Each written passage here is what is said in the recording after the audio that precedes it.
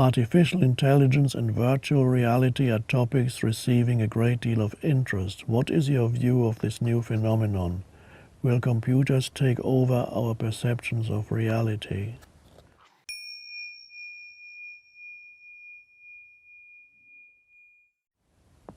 Well, I believe this is the first generation that's growing up now with continuous access to smartphones and other devices.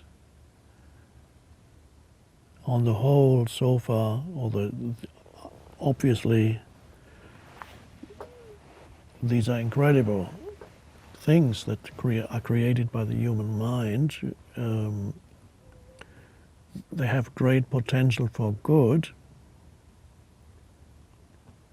but also enormous potential for the opposite. We don't know yet what effect this is going to have when this generation grows up, which is happening, already beginning to happen. What effect this will have on human consciousness. The fact that these children grow up with continuous interaction with the digital world, and sometimes don't play anymore very much outdoors. Even relationships become reduced to interactions through their smartphones and text messages and postings here and there and social media. It's affecting the ability of humans to relate to other humans, to nature, and it continuously clutters up the mind with continuous input. In the past, children had periods when they didn't know what to do with themselves.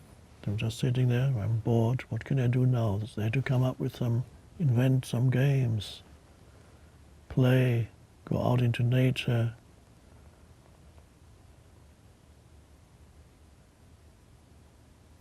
It doesn't happen anymore, because many children are, whenever they're not doing something else, they're on their phones. And adults too, of course, but we're talking about the new generation that's growing up with this, basically growing up with a cluttered mind.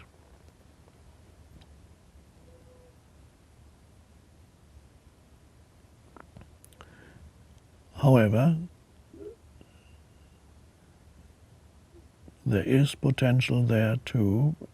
We need to be aware of the dangers so we can counteract that.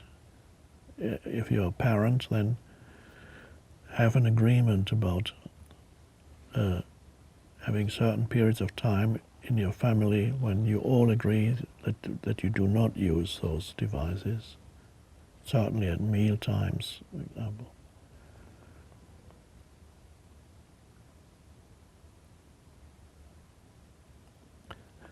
You can learn meditation through your smartphone too. There you can get apps. Apparently some are quite good. So you can, the very thing that before cluttered your mind can now help you find inner spaciousness. So that is possible too.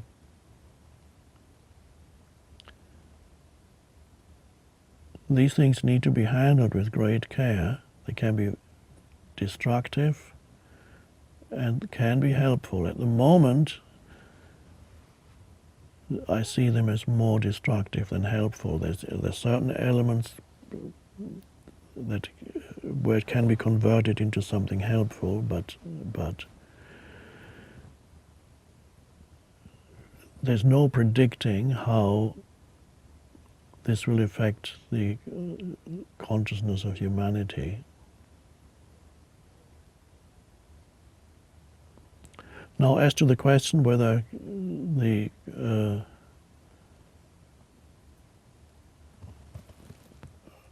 artificial intelligence can become truly intelligent, because right now artificial intelligence is not really intelligent yet.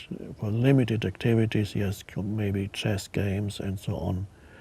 But true intelligence is something else.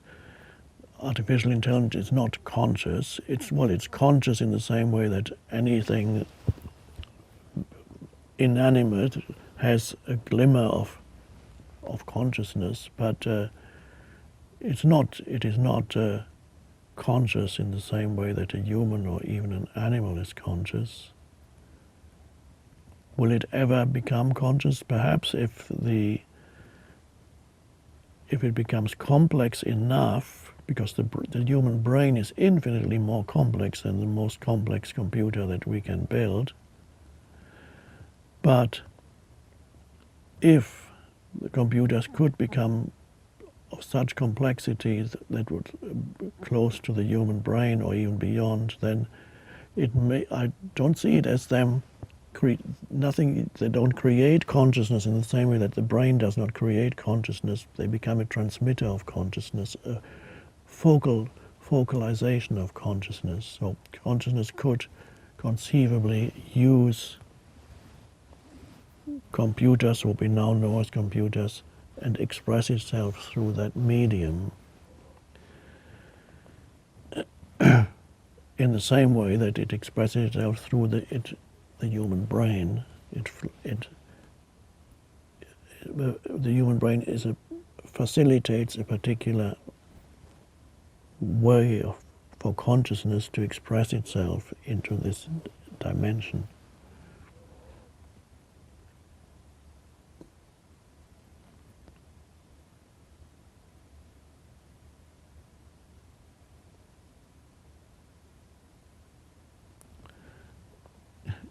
If you say that some people are predicting that one day humans, or even one day soon, humans could download themselves onto a computer before they die, but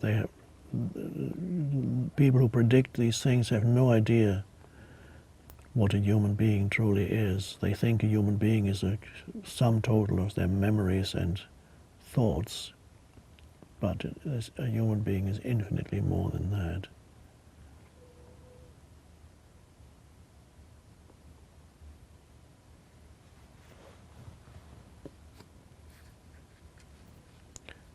For you, it's important to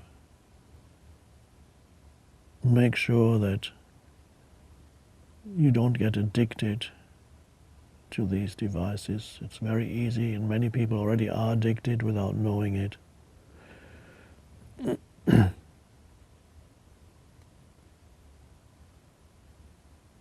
Make sure there's spaciousness in your life. You don't always need to interact with your devices. Allow yourself moments when you're not doing, and you're traveling somewhere or not doing anything, moments of simple contemplation. Contemplate the world around you. Be aware of yourself as consciousness while you sit or stand or walk. Be spacious.